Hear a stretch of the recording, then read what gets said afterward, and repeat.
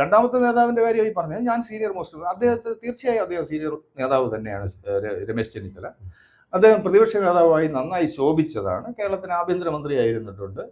പിന്നെ ആ നന്നായി അദ്ദേഹം പ്രവർത്തിച്ച ആ ഒരു കാലഘട്ടം കഴിഞ്ഞ് വന്ന തെരഞ്ഞെടുപ്പിൽ നിർഭാഗ്യവശാൽ UDF പരാജയപ്പെടുന്നു. അതെന്ത് കാരണം കൊണ്ടായാലും അവിടെ അപ്പോൾ തുടർ ഭരണം വരുന്ന രീതിയിലേക്ക് LDF വിജയിക്കുന്നു.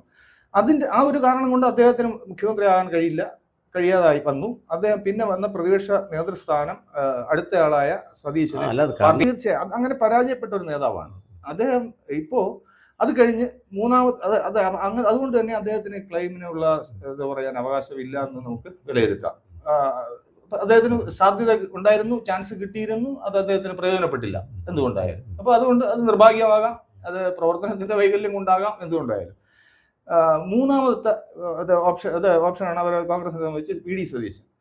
അദ്ദേഹത്തെ സംബന്ധിച്ച് നമ്മളിപ്പോൾ അവർ ഈ കവലകളിലെല്ലാം വെച്ചിരിക്കുന്ന നാച്ചുറൽ ചോയ്സ് എന്ന് പറഞ്ഞ് VD സതീശന്റെ പടവുമായിട്ട് ബോർഡുകൾ വെച്ചിരിക്കുന്നു. പക്ഷെ ആ നാച്ചുറൽ ചോയ്സ് എന്ന വാക്ക് ഏറ്റവും യോജിക്കുന്ന അദ്ദേഹത്തിന് തന്നെയാണ്. 2021 തെരഞ്ഞെടുപ്പിൽ വെറും 41 സീറ്റോടുകൂടി UDF വരുന്ന വളരെ ദയനീയമായ അവസ്ഥ, തുടർ ഭരണം 10 വർഷത്തേക്ക് പുറത്തു നിൽക്കേണ്ട അവസ്ഥയായി. അങ്ങനെ വന്നപ്പോൾ പൊതു സംസാരം തന്നെ എന്തായിരുന്നു, നമ്മുടെ ഈ UDFും കോൺഗ്രസും ഇതോട് തകരും, ഇനി ഒരു തിരിച്ചുവരവ് ഉണ്ടാവില്ല. വെച്ചാൽ 10 വർഷം തുടർച്ചയായി ഭരണത്തിന് പുറത്തു നിന്ന് ഈ കക്ഷികൾക്ക് ഒരിക്കലും നിലനിൽപ്പുണ്ടാവില്ല എന്നുള്ളതായിരുന്നു പൊതു സംസാരം. ഈ പറയുന്ന എല്ലാ നിരീക്ഷകരും അങ്ങനെ തന്നെയാണ് നിരീക്ഷിച്ചത്.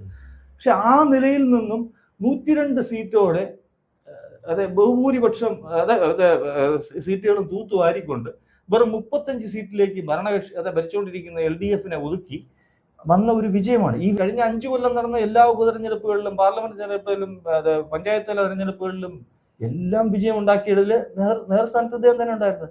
എന്നിട്ട് എങ്ങനെ ഈ 102 സീറ്റോടെ വിജയിച്ചു വന്നപ്പോൾ അദ്ദേഹം തന്നെ പറയുന്നുണ്ടായിരുന്നു 100 സീറ്റിലേറെ ഞാൻ വിജയിക്കും. ഞങ്ങൾ ഇപ്പോഴത്തെ അവസ്ഥയിൽ വേറൊരു ഓപ്ഷനിലേക്ക് പോവുകയാണെങ്കിൽ അദ്ദേഹം മിക്കവാറും മന്ത്രിസ്ഥാനം മന്ത്രിസഭയിൽ ഉണ്ടാവില്ല.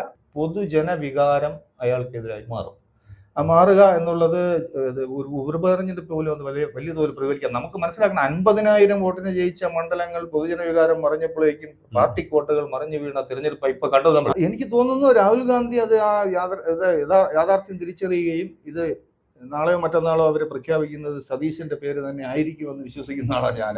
അത് ആയിരിക്കും, അത് എന്താ പറയാ, നീതി, ന്യായം, പിന്നെ അപകടങ്ങളിൽ നിന്നും രക്ഷപ്പെടാനുള്ള മാർഗം.